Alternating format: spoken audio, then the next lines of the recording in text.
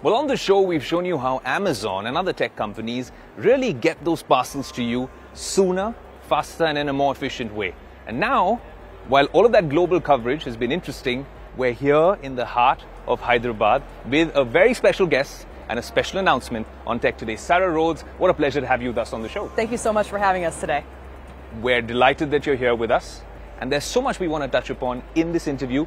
But lo and behold, behind us, we have an aircraft. Did you fly this here, Sarah? I did not personally fly it here today. No. What was the rationale to bring this to India in 2023, Sarah? Well, great question. First of all, a big goal that we as a company have is taking care of our customers, and we start with our customer and work backwards from our customer. And our customers love fast service. So to help ensure that fast service, what better way to do that than adding aircraft to the network at a time when it's most needed? Sarah, you have an incredible amount and treasure trove of ops experience, aviation experience, and then military experience as well as a fighter pilot in the US Navy. I have a lot of questions there as well. But from your learnings with all of that experience, when you're talking about this sort of an aircraft, just getting a little geeky out there, Boeing 737s, 800s, is this the ideal way to perhaps be delivering parcels across the country? For India, yes. We find that this is the right, what we call gauge of aircraft for the number of parcels that we would expect to fly.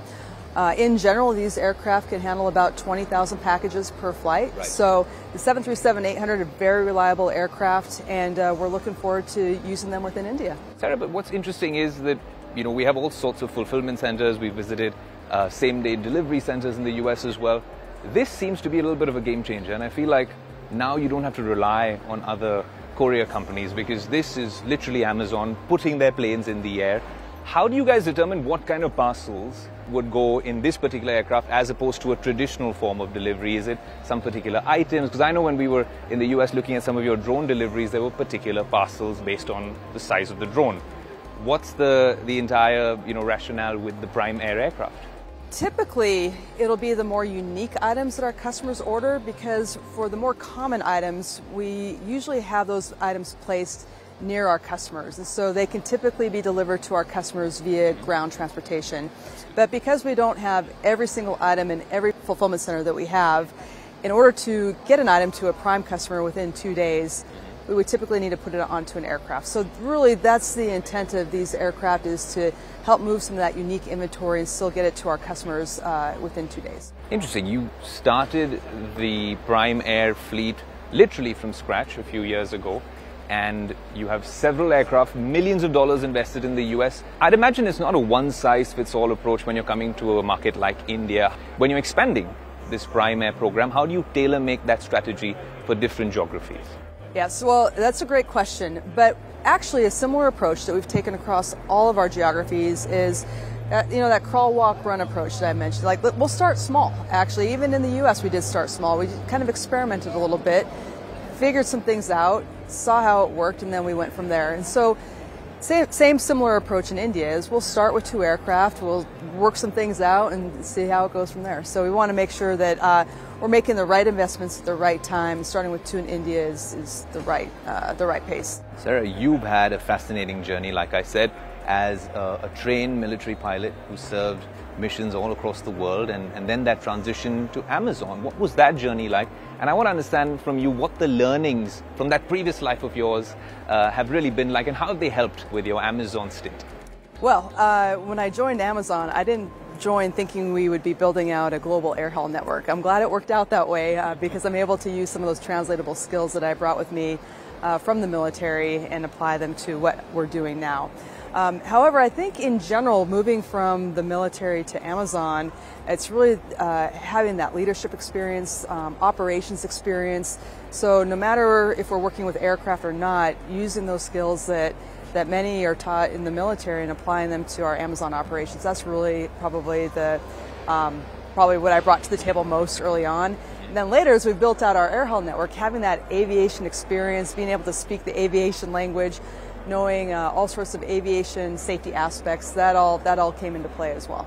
I can imagine a very stern approach as well from the military? A lot of discipline for the team at Prime Air? I'll say that people are very passionate and meticulous about what they do. So when we're looking at what's happening in the tech world at large, it is a tech winter, so to speak, when the eye of the storm when it comes to people getting laid off in the tech world. Now that you've been here on this side of the fence, how do you see the next few months panning out? How can we really weather the storm in the tech community? Yeah. Well, I'm still really excited about the future.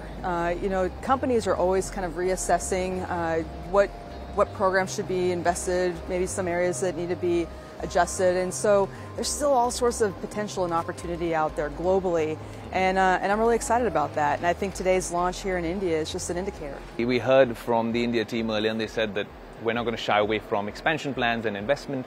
Is there a sort of a blueprint or a roadmap, so to speak? Numbers would be welcome. No, I appreciate that, but like I said, we want to make sure we do this right, and so we want to start with 2 aircraft. It's probably a little too premature to commit to any certain number into the future.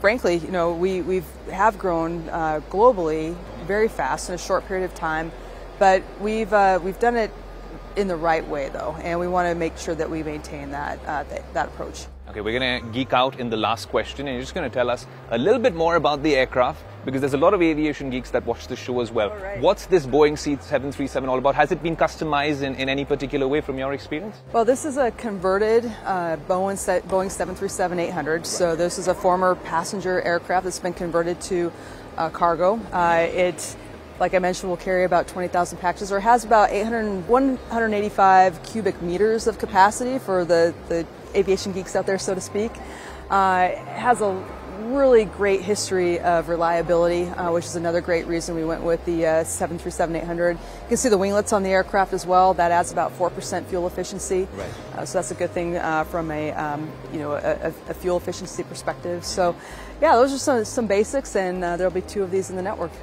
Big plans, big aircrafts. Thank you so much, Sarah, for joining us on Tech Today. And we hope the next time we meet, maybe it's in one of these aircrafts. You never know. Thanks so much for having me. Thank you so much. Yes. If you like the video, do like, comment, share and subscribe.